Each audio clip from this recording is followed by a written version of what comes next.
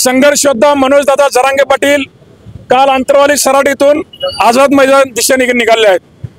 सोलापूर शहर व जिल्ह्यातील तमाम मराठा बांधव कालपासूनच मुंबईला आझाद मैदानच्या दिशेने जायला निघाले आहेत। आम्ही तमाम मराठा बांधव, दलित बांधव व मुस्लिम बांधव पूर्ण ताकदीनिशी या पहिल्यापासून या आरक्षणाच्या लढ्यात 2016 पासून आमच्या सोबत आहेत आणि आजही आमच्या सोबत आहेत। न्यायिक आरक्षण आंबेडकरांनी जे दिलं SC ST आणि OBC, त्यामुळे मराठ्याचं आरक्षण कुठं आहे तर OBCतच आहे। ते आरक्षण घेण्यासाठी आम्ही मुंबईला जात आहोत। ते फसवा आरक्षण EWS SC BC आम्हाला नको आहे। आम्हाला 50%च्या आतून OBCतून आरक्षण पाहिजे। मुंबईला का जायचं? मुंबई हे आंतरराष्ट्रीय शहर आहे, भारताची आर्थिक राजधानी आहे। त्या राजधानीकडे गेलं तर आंतरराष्ट्रीय सगळा मीडिया एकवटला जातो। कारण का हे सरकार बहिरा झालंय, एवढं वर्ष झालं आंदोलन चालू, हे सरकार दखल घेत नाही। त्यामुळे पूर्ण ताकदीने मी मुंबईला जात आहोत। मागच्या वेळेस मुंबईला गेलो, सरकारने विनंती केली की अधिसूचना 15 दिवसात करतो आणि समाजाला न्याय देतो।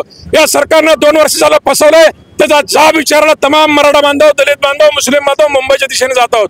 आणि महत्वाचं सांगायचं म्हणजे आता इथं जे आलेले आहेत सर्व बांधव यांनी सांगितलंय जोपर्यंत आरक्षण मिळणार नाही तोपर्यंत पूर्ण ताकदीनिशी आम्ही तुमच्या सोबत आहोत। आणि मराठा बांधवांनो, आरक्षण मिळाल्याशिवाय माघारी यायचं का? हे जनतेचा आवाज, या जनतेच्या सरकारला कळत नाही। त्यामुळे हे सरकार जोपर्यंत न्याय देणार नाही तोपर्यंत हे बांधव माघारी येणार नाही। टँकर, ॲम्ब्युलन्स या ताफ्यासहित आम्ही निघालो आहोत। जवळपास कालपासून आजपासून जरांगे पाटलांच्या ताफ्यात काल दुपारी पोलिसांचा आकडा 46,000 गाड्या होत्या। अजून कोकण, पश्चिम महाराष्ट्र, खानदेश, मुंबई या भागातनं पूर्ण मोठ्या प्रमाणात आज पुणे आणि मुंबई आज दिवस बघाल त्या समुद्राला हा मराठ्यांचा समुद्र भेटायला जात आहे। सरकारने तातडीने निर्णय घ्यावा व मराठ्यांना न्याय द्यावा। पुढील होणाऱ्या परिस्थितीत हे सरकार जबाबदार राहील। कारण आम्ही काय अचानक निघालो नाही। 4 महिने संघर्ष होता। मनोजदादांनी यांना कल्पना दिली होती आणि सरकार तरी एक कारण करते, आता मंत्र्याला पाठवते, आता PA ला पाठवते। अजिबात ऐकणार नाही। आमचा निर्णय ठाम आहे। आमच्या सर्व नोंदी सापडल्यात, आमचे पुरावे सापडलेत, आम्ही OBCत आहे सिद्ध झालंय। तरी पण हे सरकार दखल घेत नसाल तर आम्ही सरकारला हे जाब विचारल्याशिवाय सोडणार नाही। आज आपण मुंबईला आम्ही चाललो आहोत। कमीत कमी 150 ते 200 गाड्या आमच्या सोबत आहेत। ह्या अक्कलकोट, उत्तर सोलापूर, दक्षिण सोलापूर, सोलापूर शहरामधल्या गाड्या आहेत। आम्हाला ह्याच्या पुढं जे गाड्या मिळणार कोंडीपासून तर तुफान गर्दी असणार आहे। आम्हाला सुद्धा रस्ता मिळेल का नाही सांगता येतं। आज आपण बघतो आरक्षणासाठी जे आपले लोक मराठा समाज ऊन वारा पाऊस ह्याची कुठली तमा न बाळगता तुफान संख्येने कालच्यापासून बघतो आपण। काल आपण बघितलं की जे जरांगे पाटला संघ जे वादळ आहे ते वादळ कसं चाललंय, त्या वादळात आम्ही समाविष्ट होण्यासाठी आम्ही सोलापूर शहरामधून व ग्रामीण भागातून सर्व लोक या आरक्षणाच्या मुद्द्यासाठी आम्ही आणि मुंबईला चाललोय। आणि आम्ही आरक्षण घेतल्याशिवाय माघार येणार नाही। आमचे दलित बांधव, मुस्लिम बांधव जे आमच्या सोबत आहेत ते कायम आमच्या सोबत राहतील व त्यांनी सुद्धा आम्हाला जोपर्यंत तुम्ही आरक्षण घेऊन येत नाही तोपर्यंत आमचा कायम पाठिंबा राहील असं आश्वासन दिलं।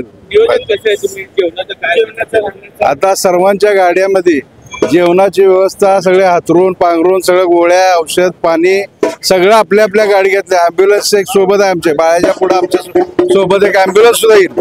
आणि डॉक्टरांचं पथक सुद्धा आहे आमच्या। ते डॉक्टर आता काय कोणाला लागलं काय झालं कुणा आजारी पडलं त्यासाठी एक डॉक्टरचं पथक सुद्धा आमच्या सोबत आहे।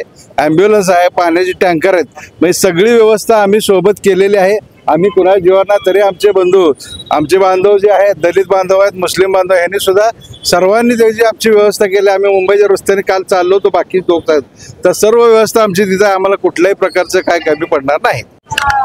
महायोद्धा आणि जरांगे दादा पाटील यांना पाठिंबा देण्यासाठी मुस्लिम समाज व छत्रपती मुस्लिम ब्रिगेडच्या वतीने आम्ही त्यांना पाठिंबा देण्यासाठी आलेलो आहे।